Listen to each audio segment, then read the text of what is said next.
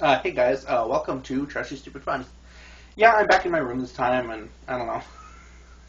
I don't know. I feel more at home in here, and I'm okay to stand. I felt like sitting down last time. So, anyways, what I really feel like talking about today is I haven't watched the first one in a while, but I feel like talking about since I talk about movies on here. Um, for today I'd like to talk about these these were made for TV, but I really they're really they're not that obscure now. They're not that obscure, but they're still fun. The B movies that were made for TV. It was remade recently, which I couldn't get into. It wasn't as good, and they rushed everything in the very first episode, and it just wasn't that good. But anyways, I love the first V, and I love this one too. This is the one I really want to focus on, but I've got to set it up because the first V is the visitors come, and for the better half of for the first half of it, you don't really know what their motives are, and then you soon find out that they want to eat us, and they're really lizard alien people under human masks and everything. And that's not giving away too much. It's been around for a while, and you guys know the stupid reboot or remake series or whatever. I'm sorry. I like a lot of the actors in that show, but it's like it was way too rushed. It was way too stupid for me to ever get into. But yeah, I love the original because it's so 80s, and it just And what I liked about the first movie, there was some of it in this one, but the first movie, it was a nice little, kind of a sort of an allegory for Nazism and for just a I don't know. I think it's totalitarianism. Well, I don't know. I don't know if that's the word, but it's just I don't know.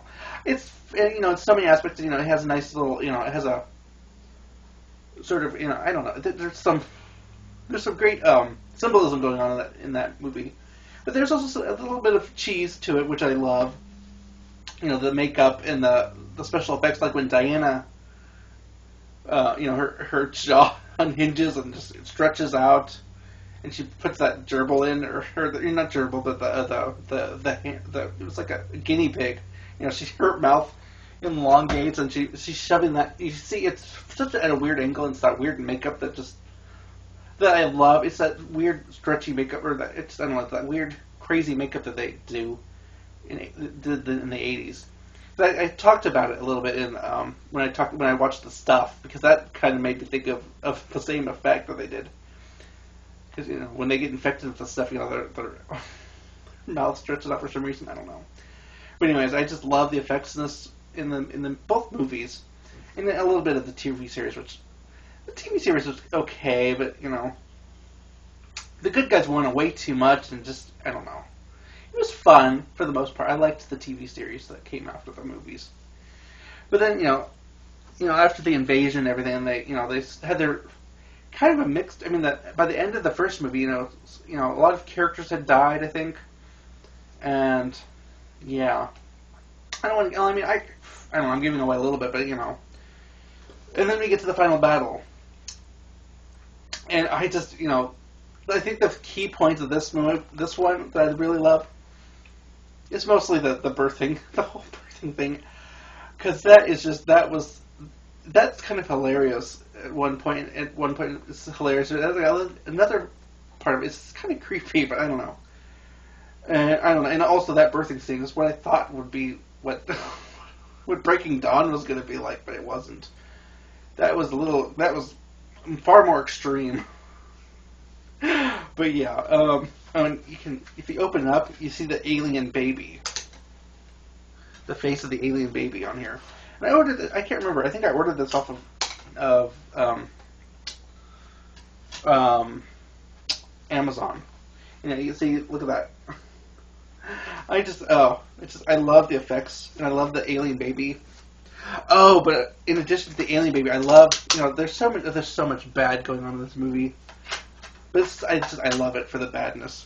It's not as good as the first movie, but it's just as fun and just as over the top.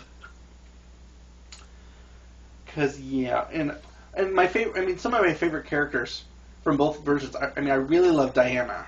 she's my favorite out of all the characters because she's just she's a bad guy, but I love her because she's just badass and all attitude. I just love it. I love her. And yeah, that's the other thing. I love the orange jumpsuits, the alien uniforms. They're really bad, but I really like them. So, you can kind of see it right there. They're just really so cheesy, but I like it. I mean, I like the main characters, the good guys too.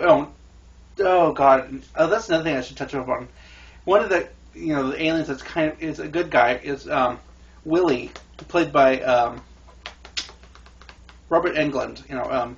Freddy Krueger. It's just so funny to watch him play a really corny alien. He doesn't realize what his comrades are up to. So and he winds up helping out the good guys in the end of in this one. He's kind of just kind of a bibbling idiot for most of this whole series, even in the TV show, because he gets his words mixed up. It's so funny and kind of it's just I don't know. It's just a little adorable. It's just funny.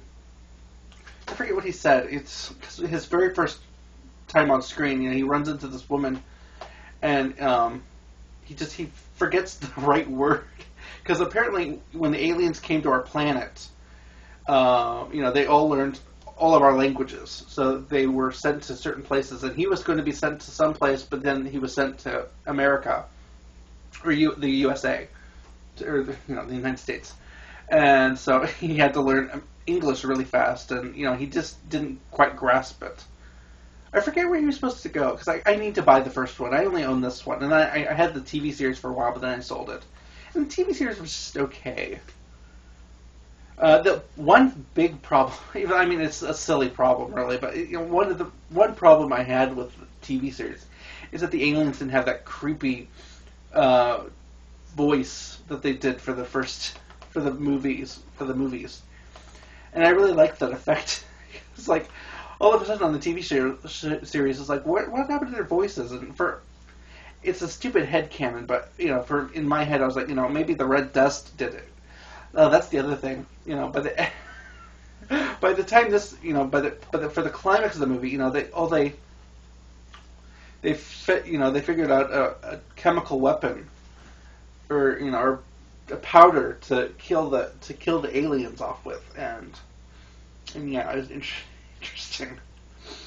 I'm giving way too much away, but that probably would have happened on the remake series, but I don't know. And that's got giving away too much. There's some really hilarious stuff going on in this movie too. Because then you have the one girl who gave birth to the alien babies, but great. You can find the birthing scene on YouTube.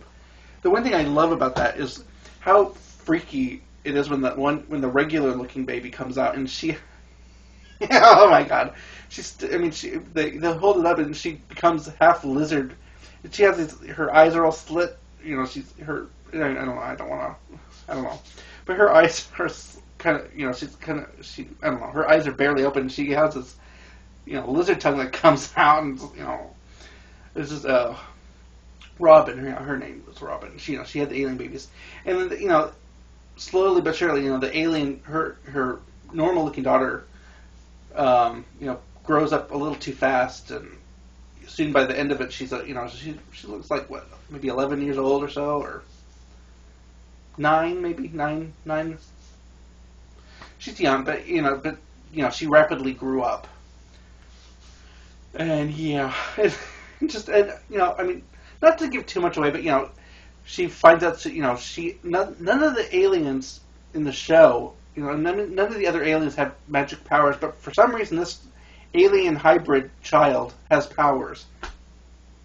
And as you see on this, and when she grows up on the show as a young woman, she has powers that are just convenient for the plot. It's really awful, but hilarious at the same time. Because I shake my head, just like, oh, that's just because even in the final battle, she has powers that come up conveniently to help the plot. She's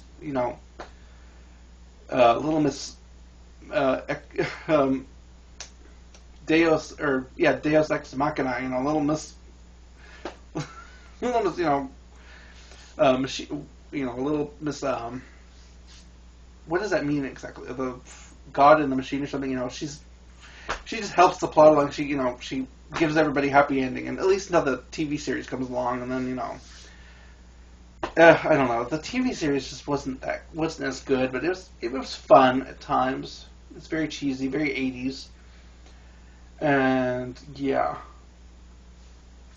I don't know. I don't know. I don't talk about sci-fi stuff enough on here. Yeah, I mean, I think one of the episodes I did a while ago was Space Mutiny, but I should really find some really cheesy sci-fi movies to talk about. I might rewatch Battle Beyond the Stars at some point because that was super cheesy but kind of fun. I think it's supposed to be Roger Corman's answer to Star Wars, but it was really, oh god, it was pretty bad, but it was kind of fun at the same time. It's on Netflix. I wouldn't mind rewatching that or maybe even buying it. I saw it's on Blu-ray now, so I don't know. Because yeah, this is just, I don't know, maybe my way of saying I should do more sci-fi stuff. But yeah, fun movies. Totally, if the remake series got you curious, you should check out the original B movies and maybe even the TV series. But I don't know. If you can find it really cheap, yeah. But you can pretty much find these used or even in some stores sell them. So I don't know. It'd be nice if they brought this to Blu-ray. I would love to see what those look like in high def. So until next time.